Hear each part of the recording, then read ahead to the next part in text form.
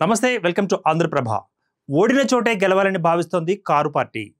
Jubilee హిల్స్లో పరాజయం పాలైనప్పటికీ greater ఎన్నికల్లో మాత్రం గులాబీ జెండా ఎగురవేయాలని ప్లాన్ చేస్తోంది. ఇందుకోసం నయా స్ట్రాటజీతో ముందుకు వెళుతోంది. మరి కొత్త టార్గెట్ దిశగా కారు ఏ విధంగా దూసుకువెళ్లబోతోంది? కేటీఆర్ ఏం చెప్పారు? ఆ వివరాలేంటో ఇప్పుడు చూద్దాం.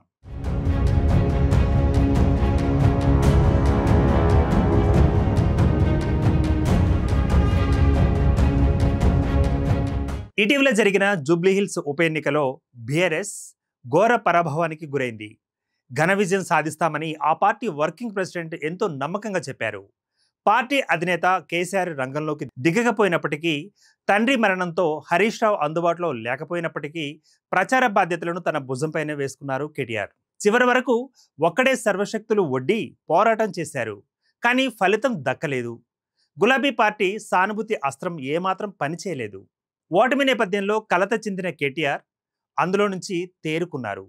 కొత్త లక్ష్యాన్ని నిర్దేశించుకున్నారు. సిట్టింగ్ స్థానం పోతేపోయింది, జేహెచ్ఎంసీని ఎలాగైనా సరే కైవసం చేసుకుంటామని చెబుతున్నారు.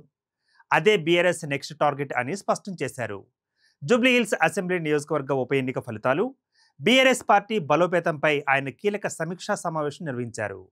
ఈ సందర్భంగానే నియోజకవర్గ నాయకులు, ఇన్ఛార్జీలకు భవిష్యత్తు కార్యాచరణపై దిశానిర్దేశం చేశారు.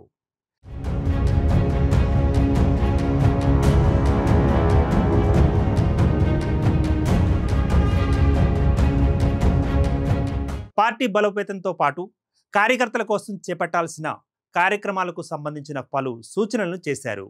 అలాగే పార్టీ నేతల నుంచి ఫీడ్బ్యాక్ తీసుకున్నారు కేటీఆర్. ఓడిన చోటే గెలిచి చూపిద్దామని కేటీఆర్ పిలుపునిచ్చారు. గతంలో నష్టపోయిన చోటే తిరిగి బలాన్ని పుంజుకోవాలని అన్నారు. ఈ క్రమంలోనే ప్రజల సమస్యలపై ఇప్పటి నుంచే పోరాటం మొదలుపెట్టాలన్నారు. ఇక రాబోయే జీహెచ్ఎంసీ ఎన్నికలకు ఇప్పటి నుంచే గ్రౌండ్ వర్క్ స్టార్ట్ చేయాలని పిలుపునిచ్చారు. ఎలాగైనా సరే జేహెచ్ఎంసీపై గులాబీ జెండా ఎగురవేయాలని స్పష్టం చేశారు. ఈ సందర్భంలోనే అధికార కాంగ్రెస్పై ఆరోపణలు చేశారు కేటీఆర్. జూబ్లీహిల్స్ బైపోల్లో కాంగ్రెస్ దొంగ ఓట్లు అక్రమాలతో కాంగ్రెస్ విజయం సాధించిందని ఆరోపించారు. కర్ణాటక నుంచి మనుషులను తెచ్చి దొంగ ఓట్లు వేయించుకున్నారంటూ మండిపడ్డారు. షేక్పేట, ఎర్రగడ్డ వంటి పలు పోలింగ్ బూతులలో రిగ్గింగ్కు పాల్పడ్డారని ఆగ్రహం వ్యక్తం చేశారు. అధికారాన్ని అడ్డం పెట్టుకుని కాంగ్రెస్ సాధించిన విజయం నైతిక గెలుపు కాదని అన్నారు.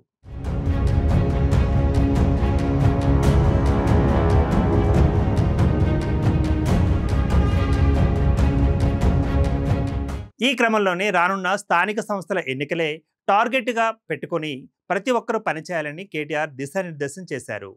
డిసెంబర్ నెలలోపు సర్పంచ్, జిల్లా పరిషత్ ఎన్నికలు పూర్తయ్యే ఛాన్స్ ఉందన్నారు. ఈ వెంటనే పార్టీ సభ్యత్వ నమోదు కార్యక్రమం చేపడతామని అన్నారు. ఇక ఎక్కడ పోగొట్టుకున్నామో అక్కడే వెతుక్కోవాలనే సామెతను గుర్తు చేసిన కేటీఆర్ పార్టీ శ్రేణుల్లో ధైర్యాన్ని నింపారు. అంతేకాదు, తెలంగాణ భవన్, పార్టీ కార్యాలయాలు శ్రేణులకు అందుబాటులో ఎప్పుడూ తెరిచే ఉంటాయని అన్నారు. ఏ కష్టం వచ్చినా హైకమాండ్ అండగా ఉంటుందని భరోసా ఇచ్చారు. మొత్తంగా గులాబీ దళం జేహెచ్ఎంసీ ఎన్నికలే టార్గెట్గా అడుగులు వేస్తోంది. నయా స్ట్రాటజీతో ముందుకు వెళ్లాలని భావిస్తోంది. జూబ్లీహిల్స్లో పరాజయం పాలైనప్పటికీ జేహెచ్ఎంసీని కైవసం చేసుకోవాలని ఫిక్స్ అయింది కారు పార్టీ. ఈ మేరకు పార్టీ శ్రేణులను సమాయత్తం చేస్తూ మరో పోరుకు రెడీ అయింది. మరి బీఆర్ఎస్ ఈ ఎన్నికల్లో అయినా విజయం సాధిస్తుందా, పూర్వ వైభవాన్ని సాధిస్తుందా లేదా అన్నది వేచి చూడాలి. Keep watching Andhraprabha.